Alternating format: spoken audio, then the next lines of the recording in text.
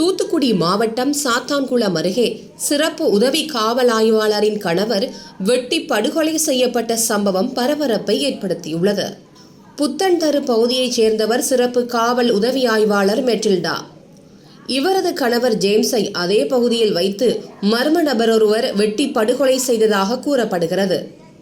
James சித்தர் சொந்த ஊரான சாத்தான்குளம் அருகே திருப்பணி புத்தன்தருவை கிராமத்திற்கு சென்று தனியாக வசித்து வரும் தாயை சந்தித்துவிட்டு பைக்கில் வீடு திரும்பிய போது அவரை வழிமறித்த மர்ம நபர் ஒருவர் வாக்குவாதத்தில் ஈடுபட்டுள்ளார். திடீரென அவர் மறைத்து வைத்திருந்த அரிவாளால் வெட்டிவிட்டு அங்கிருந்து தப்பியோடிவிட்டதாக கூறப்படுகிறது.